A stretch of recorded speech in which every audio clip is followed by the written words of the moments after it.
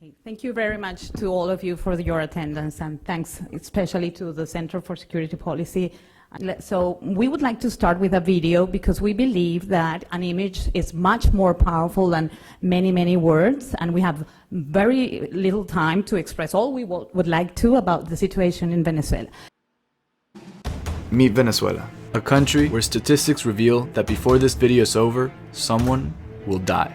A country where seeing students get tortured is as common as texting. A country where people have to do 4-hour-long lines just to buy toilet paper. A country where people use Twitter to find medicine. A country where people use Facebook to learn the news. A country where making a joke about the government means getting arrested. As opposed to persuading the well-being of its citizens, this country follows a different agenda. An agenda that puts the rest of the world hostage, without many of us even knowing. In 1992, a man led a movement known as the MBR 200 and activated a scheme known by its codename Operation Zamora. A failed coup d'etat that left 14 soldiers dead and more than 143 civilian casualties. 7 years later, this man would rise up to become the next president of Venezuela. Venezuela is the single most important nation in the eyes of these guys. Perhaps one of the most brilliant minds in the hemisphere and the most sinister in the world, the Castros.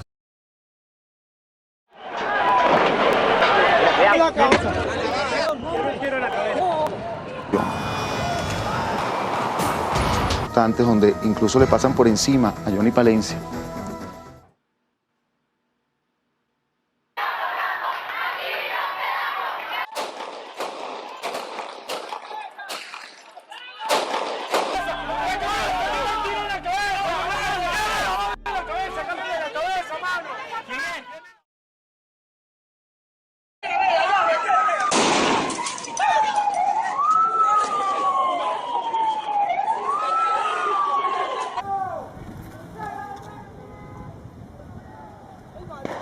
Y entran los colectivos de la parte del oficialismo y empezaron a accionar armas de fuego. Tenemos 6 heridos. Día a día aumenta el número de víctimas en diferentes partes del país. Pues le tomo fotos y me pongo las manos atrás. Él me dice, maldita, maldita, escuálida.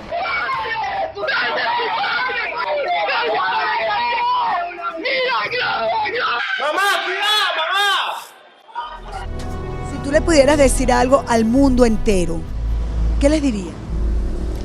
Que pongan su vista en Venezuela. Venezuela está haciendo, o están haciendo de Venezuela una dictadura legalizada. Por eso la revolución nuestra, hay que recordarlo, pacífica, pero armada, no se equivoquen. You may be wondering, how has this country been able to get away with something like this for so long? But the answer to that question is not that complex. To retain their power on a global scale, this government knows they must pretend to play by the rules on the international stage. And thus, this government has invested billions to create a campaign that portrays their political system as free and democratic. However, countless of independent experts and organizations have condemned the Venezuelan electoral process as one of the shadiest in the hemisphere, and many studies and investigations have accused the Venezuelan government of committing fraud on every major election. Yo le pido al pueblo en general que cumplamos esa voluntad del comandante Chávez de votar todos por Nicolás Maduro y darle en la madre a toda esa gente fascista. Capriles era quien ganaba, porque ellos saben que nuestro presidente era Capriles Radowski. ¿Ah? ¿Hasta cuándo? ¿Hasta cuándo el CNE no es imparcial y transparente? ¿Hasta cuándo el CNE es del gobierno y no del pueblo? ¿Ah? Okay, well, we believe that this is enough to talk about the really serious oppression that the dissidents in Venezuela is living. And we would like to devote right now, not to talk too much about the torture and the imprisonment of political dissidents and the scarcity of the essential products for living or all the things you saw in the video, but to refer basically to a violation of a human right that it's normally considered such, which is the human right to vote in genuine elections. We believe that that's the violation of that human rights. It's the one that the mother that gives birth to all other violations of human rights. So let's start by saying that we do not believe that Venezuela is an imperfect democracy, as it is usually referred. we are convinced that Venezuela is, on the contrary, a perfect dictatorship. To say this, we support ourselves in many studies of well-known authors, just like Andreas Schedler, who described this type of regime as an electoral authoritarianism, in which the dictators use elections as instruments for their authoritarian rule rather than instruments for democracy. Also, some other commenters like Open Democracy say these dictatorships occasionally legitimize themselves by highly engineered elections. And that's what's going on precisely right now in Venezuela. How was this possible? I need to put you into context very briefly. When Chavez got to power in 1999, he immediately convened a National Constituent Assembly to do another constitution, arguably to make it more democratic. In doing so, he got the authorization to also fix the rules of the game on how the representatives to that assembly were going to be elected. And with an abstention of 62% of the voters, he got to, and only 52% of the vote in that event, he got 95% of the positions in that National Constituent Assembly, and only 6 positions for the opposition forces, who won 48% of the votes. That in itself violated the Constitution of 1961, because that Constitution, as the one in place right now, calls for the fair representation of minorities. Okay, on top of that, this National Constituent Assembly declared itself sovereign, I have problems with that word, sovereign, okay, and capable of deciding the succession of the activities of all the other powers. By doing that, they dismissed every head of the powers legitimate appointed, like the judicial power, the national controller, the legislative power, the national prosecutor, and especially the Electoral Office. Okay, this meets, under our criteria, the definition of a dictatorship taken from the Britannica Encyclopedia, in which they say dictators usually resort to force or fraud to gain despotic political power. In Venezuela, we have had both force and fraud to gain this despotic power. Let's take then a look into the Venezuelan electoral system to try and prove what I'm trying to explain here. First of all, the head of the Electoral Office in Venezuela, the heads, have never been appointed according to the Constitution. The main thing that the Constitution calls for is that these persons do not belong to any political party. However, the former president of the Electoral Office, Jorge Rodriguez, he used to be a member of MBR 2000, the movement that Chavez led at the beginning of his political career. After leaving the position as president of Electoral Office, immediately after, he was appointed vice president of the Republic by President Hugo Chavez. Today, he's the mayor of Caracas, and of course, for the political party in government. The current president of the Electoral Office is Tibisay Lucena, and she constantly appears in public acts wearing a distinctive symbol of Chavismo, which is a band, an armband that Chavez made the soldiers that were with him in the coup d'etat he gave in 1992. He made them wear that so that he could recognize who were the soldiers with him and who were the institutional soldiers. Both of these persons are son and daughter of guerrilla members, Castro guerrilla members, because you need to know that in the late 60s, Venezuela was invaded militarily by the Castros, and the guerrilla, was finally stopped by a democratic government, but the intent to dominate Venezuela has been there since then. Let's take a look at now to the election process in Venezuela, so I can explain further the violations of human rights we are subject to right now. In Venezuela, to vote, you need an ID card. That ID card is issued by an ID office, which is normally was inspected by an office controlled by the parties in the opposition. It's like a check and balance thing.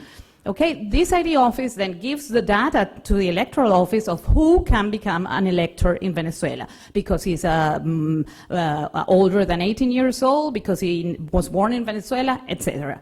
Then the Electoral Office forms the voters' registry, and once one has its name, ID, and fingerprint captured, because the law has been changed and now we need to put our fingerprint to activate a voting machine, which is also a new thing in Venezuela's democratic system, you get the electoral results. These results according to a law, can be audited by the people by opening roughly 50% of the boxes in which the ballots are deposited to contrast them with the results that machines are giving. And then we had also the right to election observers, normally people coming from well-reputed organizations as the United Nations or the Organization of American States. But that's what it should be. Let's see what's going on really in the practice. The inspection office in charge of the political parties in the opposition has been eliminated. The ID office is right now, as Professor Azel spoke about, under the control of a Cuban company called Albert. Of course, everything that goes into the voters registry is coming from that ID office dominated by Cubans. The voters registry is not audited by the opposition because it's impossible. Since 2003, the Electoral Office established the practice not to allow the opposition the data about the residence of the electors. Even the Carter Center, who has been very soft with the government in Venezuela, said that it was impossible an audit of the registry without that data. To make things worse, in 2010, they amended the electoral statute, and that it's the law today. It's prohibited to the Electoral Office to give that data to the opposition unless a court allows it. Okay, now we go to the name and IDs and fingerprints. What's going on with that? Especially with fingerprints, we have big problems. One of it is that they are supposed to be auditing those fingerprints, but what went on in 2012 is that there was this sort of audit in which the Electoral Office agreed that it was okay for 1.5 million voters, at least, to vote without them being captured their fingerprint. So the Electoral Office used the fingerprint arguably to guarantee the principle one vote, one fingerprint, but that proves it's not the purpose. The main purpose of that machine is to create fear in the electors, because we have in Venezuela precedents of apartheid, political apartheid, the so-called lista tascón. I will refer a little to that later. People get fired from the administration if they find out you've voted against the administration.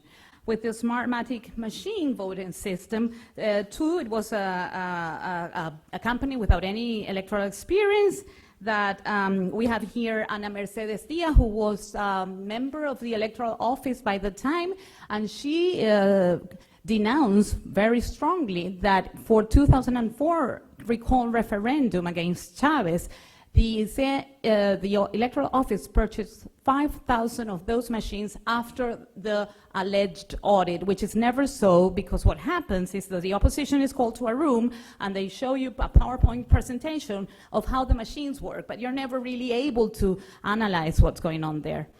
Of course, and then you have the results and what's going on with the electoral observers.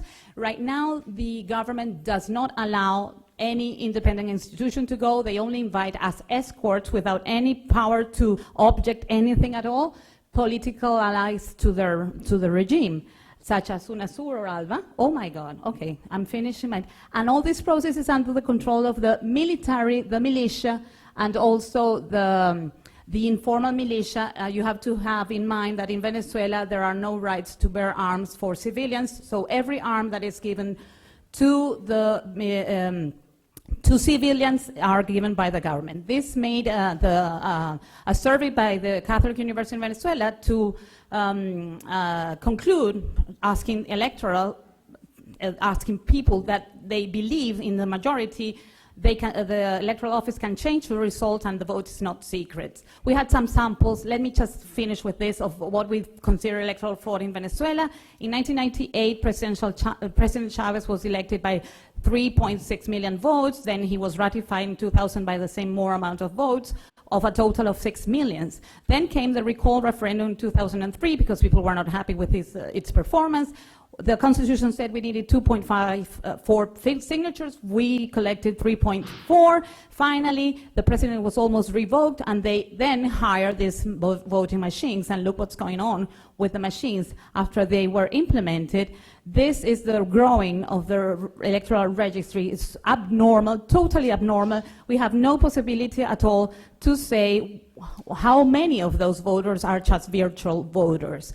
On top of that, we have also very reputable magazines such as Statistical Science publishing in 2011 6 papers that say that there was electronic fraud in Venezuela by the time.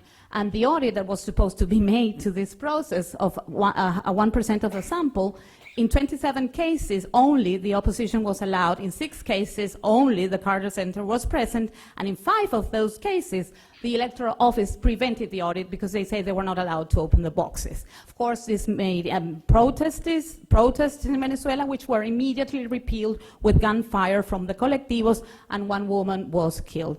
These are the papers. We have no time here to refer to them anymore, but let's say in 2007, another example, the Electoral Office did not count 1.10 million votes, even though the difference among the 2 options was for amending the Constitution was only of 1,024,000 votes. Those votes remain uncounted. We have a theory of what happened there. This is the last example. Emily Blasco's interview to a former bodyguard, Chavez bodyguard, and after Diosdado Cabello bodyguard, who said that a parallel computer system allowed Chavez voters to know in real time throughout the day the evolution of the voting process, and that permitted them to know how the number of false votes they needed to turn around the results. This system has been spreading all over Latin America, even with the use of the same voting machines, Smartmatic. Even we have had news that these administration votes using a Smartmatic machine. We do not know in Venezuela who the owners of this company are. There were news articles in the New York Times and the Miami Herald saying that even the Chavez government could have a stake in that company. So everything is like very fishy. In conclusion, the Venezuelan elections are instruments of dictatorial regime rather than instruments for democracy. The Venezuelan regime has used force and fraud, constitutional and electoral, to gain despotic power. The Venezuelan regime is not a democracy, imperfect democracy. It is an electoral dictatorship. Thank you very much. Adriana, thank you.